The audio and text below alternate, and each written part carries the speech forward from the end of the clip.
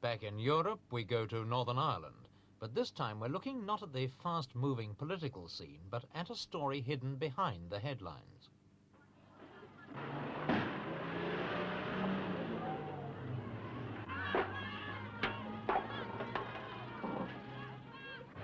For the past 2 years, this has been the face which Northern Ireland has presented to the world. Dingy streets filled with tear gas, anger and violence. Catholics have fought Protestants, and both sides have done battle with the British Army.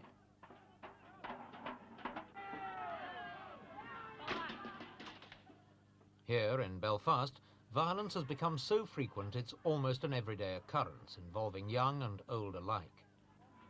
For the grown-ups, it's been disturbing but hardly unexpected. For the children, it's a different matter.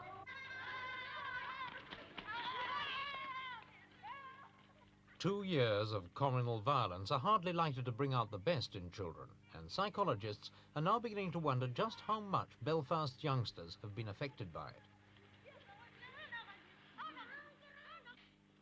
In the schools, teachers have noticed changes in the work the children produce. The "what did you do yesterday" sort of essay is now just as likely to describe a skirmish with British troops as a trip to a local park. Words like gas and grenades occur frequently, and the guns carried by the soldiers are carefully described.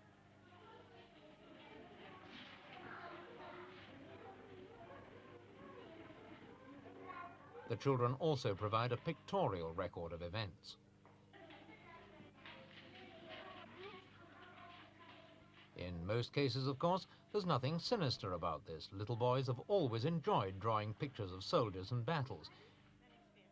In fact, the change in basic behaviour over the last 2 years has been small, as this teacher told us.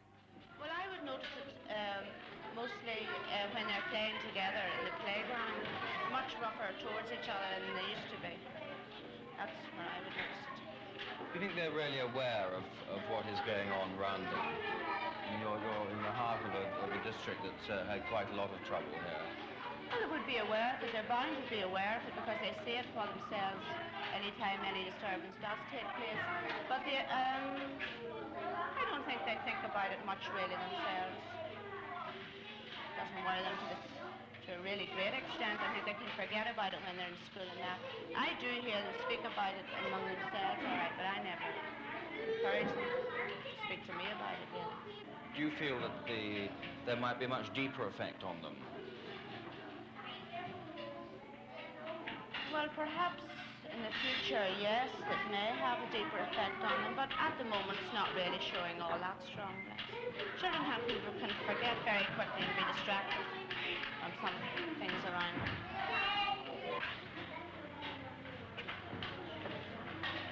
There's no doubt that most children do have a natural resilience which enables them to cope with a surprising amount of emotional stress. But children, like adults, vary, and there's now evidence to suggest that some children, especially those from unstable homes, have been seriously affected by the riots. The evidence was published in a recent issue of the British Journal of Psychiatry by Dr. Maurice Fraser, a 29-year-old psychiatrist who sees about 30 young patients a week in his Belfast clinic. Well, there are two ways really in which children can be affected. There are the children who have been getting the headlines, the aggressive children, the petrol bomb throwers. There are also a large group of children we haven't heard quite so much about. Children who have been seriously emotionally disturbed as a result of the first-hand experience of violence in their street or beside their home. How aware do you think children are of the implications of riots? Well, these children are pretty aware because most of these disturbed children are the 10 and 11-year-old group. A typical kind of thing that you might get is of, say, a 10-year-old girl who has been very frightened by a riot in the street, by gunfire, by shooting, by seeing a crowd.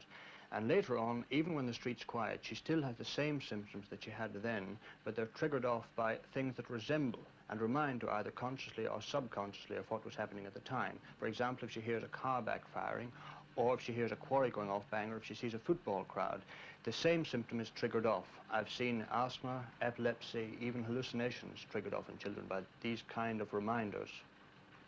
Is there any other way in which it shows? Does it show through their work? Yes, well, turning perhaps a little more to the aggressive children, they have drawn quite interesting pictures for me, which give quite an insight into the way they look at things. Here's one picture, for example, by a boy from a Republican area in which he depicts himself as a soldier in traditional Irish garb with a Republican flag and a large sword in his hand. And he, underneath in a poem, he expresses his intention of fighting until the British, what he calls the British military invader, is driven out of the country. Of course, he's referring to the British Army here.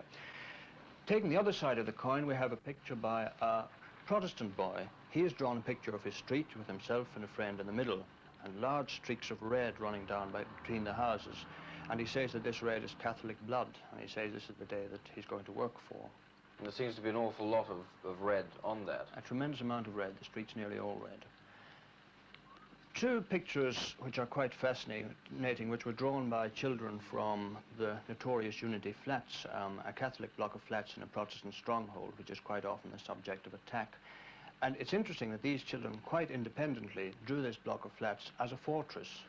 The reasons for this difficult to see, but it's very interesting to speculate. These children must see themselves as being beleaguered and among enemies. The psychiatrists claim that their job's been made much more difficult by the physical separation of the communities in Belfast. These children, for example, are Catholics, educated in a Catholic school, and it's quite possible for them to go through their early life without coming into contact with Protestant children. Putting an end to this sort of isolation would help to solve many problems, and not just for the children. Oh, look.